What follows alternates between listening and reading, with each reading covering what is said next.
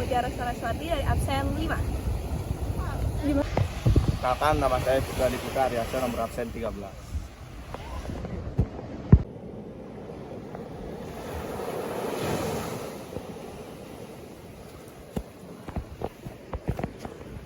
Perkenalkan, nama saya Ida Bagus Pranyus Biksu Semayu, nomor absen 16. Perkenalkan, nama saya Nikade Kartipinasi, absen 22. Perkenalkan, nama saya Niputu Diana Aprianti, nomor absen 33. Teman-teman, sadar nggak sih kalau jumlah air di bumi ini jumlahnya itu tetap? Kenapa ya? Ternyata itu disebabkan oleh air yang mengalami perputarannya sendiri. Air ini mempunyai siklus yang dinamakan siklus hidrologi atau juga disebut sebagai siklus air juga. Nah, siklus ini memiliki beberapa tahapan. Nah, itu akan dijelaskan oleh rekan saya.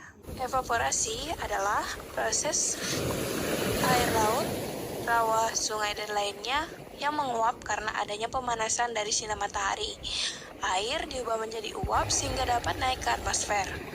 Transpirasi hampir sama dengan evaporasi, yaitu proses penguapan pada tumbuh-tumbuhan. Kondensasi yaitu proses berubahnya uap air di atmosfer menjadi partikel air yang sangat kecil di suhu yang rendah. Partikel es tersebut mendekat satu sama lain sehingga menjadi awan. Presipitasi merupakan proses jatuhnya partikel es yang terlalu banyak terkondensasi menjadi tetesan air di awan sehingga jatuh sebagai hujan, salju, ataupun hujan es.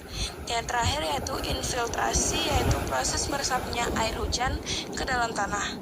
Infiltrasi salah satu faktor dalam siklus hidrologi yang memainkan peran penting dalam mendistribusikan air hujan yang sangat berpengaruh terhadap lintasan permukaan, banjir, erosi, ketersediaan air untuk tanaman, dan ketersediaan air di musim kemarau.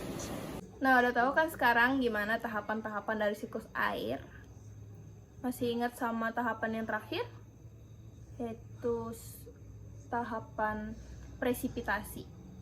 Nah, presipitasi itu kan proses turunnya butiran air atau es dari lapisan troposfer ke permukaan bumi. Nah, kalau yang turun itu butiran es, itu namanya hujan kan. Hujan dibagi menjadi beberapa bagian. Yang pertama itu hujan zenital. Hujan zenital adalah hujan yang terjadi di daerah khatulistiwa yang disebabkan oleh bertemunya angin pasat timur laut dan angin pasat tenggara. Hujan zenital ini bersifat sangat lebat, banyak guntur, dan disertai dengan angin.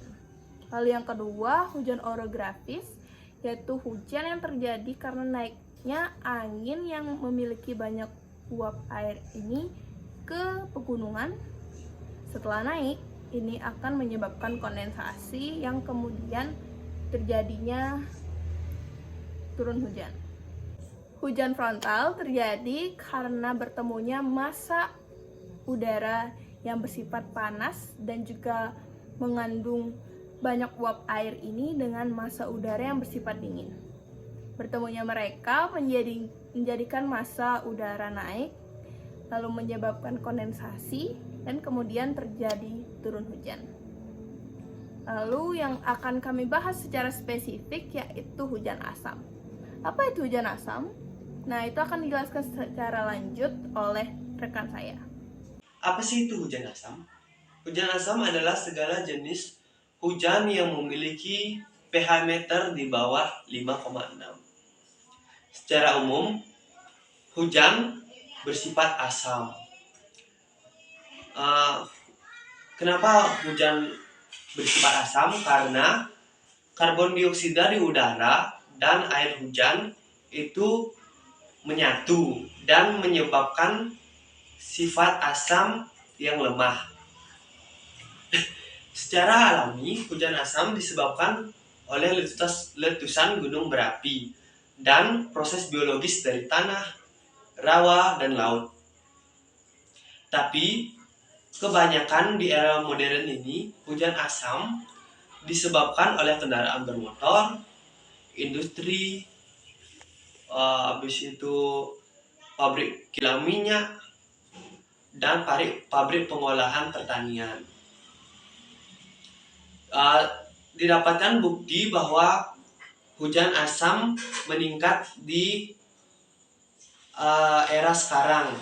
Dapat didapatkan buktinya bahwa dari era revolusi industri yang awalnya pH-nya mencapai 6, sekarang sudah menjadi 4,5 atau 4. Dampak-dampak yang dapat disebabkan oleh hujan asam ini yaitu salah satunya adalah tumbuhan bisa layu, ikan-ikan di laut bisa mati, dan besi-besi akan mudah berkarat jika terkena hujan secara terus-menerus. Untuk membuktikan hal itu, mari kita lanjut ke eksperimen yang akan kita adakan sekarang. Let's go. Sekarang kita telah belajar lebih banyak tentang hujan asam. Mari kita lakukan eksperimen sains yang sederhana namun kuat dengan para ilmuwan muda kita. Dalam eksperimen ini kami menggunakan asam yang berbeda. Wait a minute.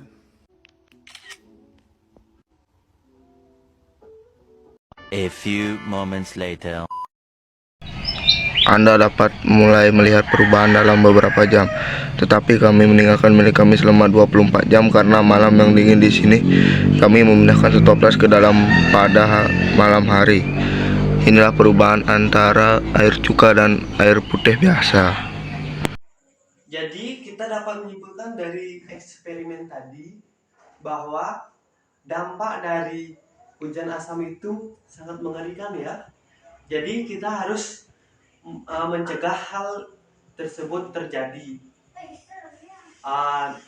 Cara pencegahannya dapat bermacam-macam, mulai dari mengurangi kendaraan bermotor, mengurangi penggunaan energi listrik, sudah itu menjalankan reboisasi di tanah lapang, dan juga bisa menerapkan 3R, yaitu reduce, dan recycle.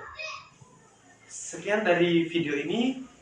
Bila ada salah kata, mohon dimaafkan. Saya tutup dengan para masanya. Om Santi Santi Santi.